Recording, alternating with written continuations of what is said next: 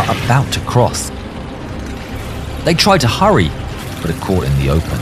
The American aircraft fire rockets at the column. Men dive for cover as explosions fall all around the front of the convoy. The Thunderbolts disappear as quickly as they arrived, leaving carnage behind them.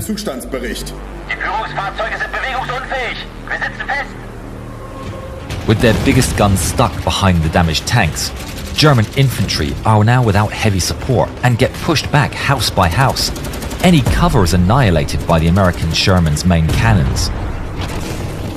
Meanwhile, the mighty King Tigers left doing little more than firing from the sidelines as their commanders see their men destroyed in the narrow streets.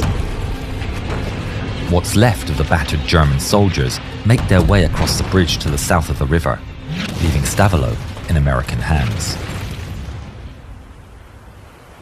With the sun falling under the horizon, the bridge becomes no man's land. Under the cover of dark, both armies prepare. M10s and Shermans take ambush positions, while the German panzer crews rush to fix the two disabled King Tigers, blocking the way.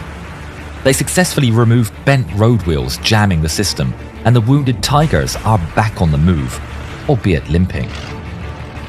Taking advantage of the extremely heavy fog, the wounded Tigers move forward and escape past the Americans to the west.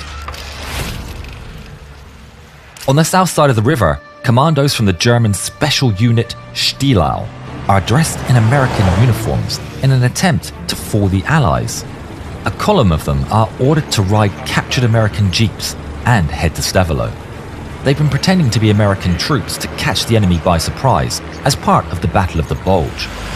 Arriving at the bridge, they hope their disguise will get them across.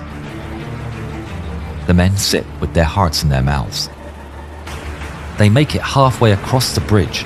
Their objective is within sight. But the Americans are wise to their deception, and the thunder of machine guns rips through the night, destroying the entire column.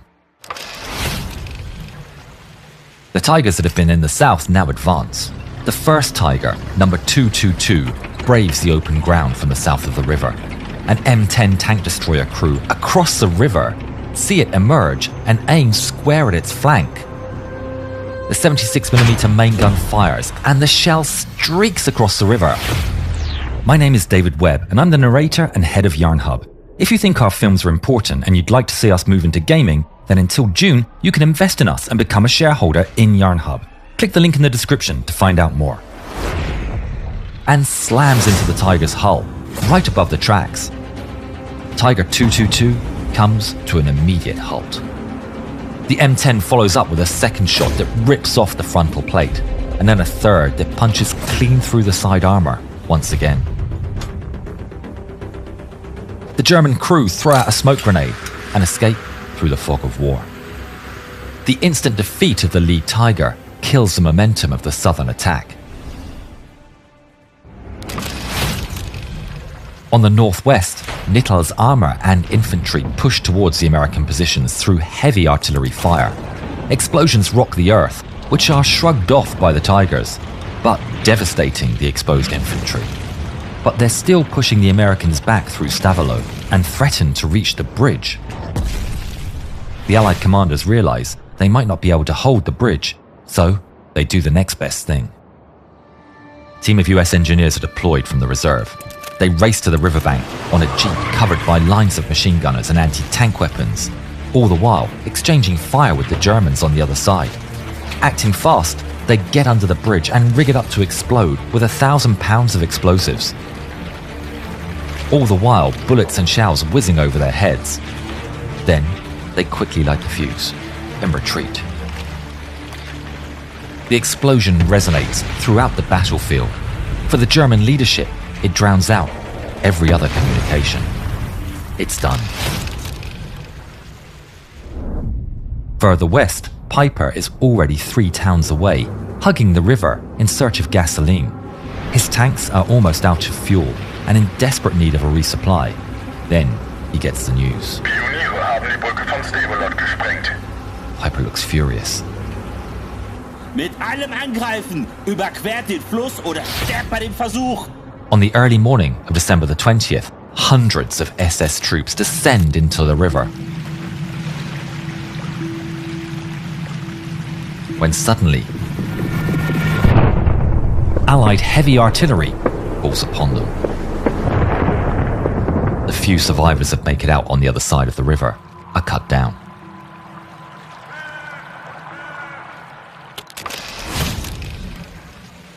On the west flank, the Americans are pushed back by Nettel's forces, but the Germans suffer withering fire, and the cost is paid by the German infantry.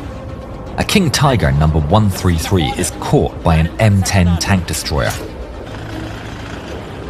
and it fires its 76mm cannon into the Tiger's heavy armour, its massive impact going through the fighting compartment. Fire! Fire! The M10 pulls back just in time before the Tiger's massive shell flies past in front of them. The American crew quickly radio the location of the German tank. 3 Shermans answer the call and close in on the position of the King Tiger. The German crew advance towards the M10 when the first Sherman appears from a side street. But they have no time to react. The Sherman fires into its turret. The shell ricochets with devastating force. Moments later, another Sherman emerges and fires a second shot into the hull of the Tiger, the impact being absorbed by its heavy armour. The King Tiger swings its turret towards the targets, but the Shermans reverse into cover before they can get the shot. The heavy tank is too slow and unwieldy to respond. The commander knows he's in deep trouble. His armour matters for little if he can't hit back. A shell streaks across the battlefield and strikes the Tiger right between the turret and the hull. The round pushes the 2 plates apart, squeezing through the turret ring and into the fighting compartment. The radio operator is killed, and it damages the transmission, but the tank can still move. Damaged, the Tiger flees from the Shermans. Heading out of town at full speed and leaking hydraulic fluid, the crew are confounded as one of the tracks jams. Unable to steer, the crew are forced to abandon the tank in a ditch by the side of the road. The king has fallen. The advance from the west stalls, and the rest of the Tigers are wary of meeting the same fate. The German effort has totally crumbled. Nettel is left with only one choice, which is to order a full retreat. West of Stavelot, Peiper and his men have run out of fuel, and with allies closing in, they're forced to abandon their tanks to escape on foot. Their mission is a total failure. Verdammte Pioniere! Joachim Peiper survived the war. Despite his active participation in many atrocities, he only served 12 years in prison. Did you hear one of our superior Tigers defeated over 40 Soviet tanks? The Soviets said it never happened. Well, who do you believe? Watch this film and let us know.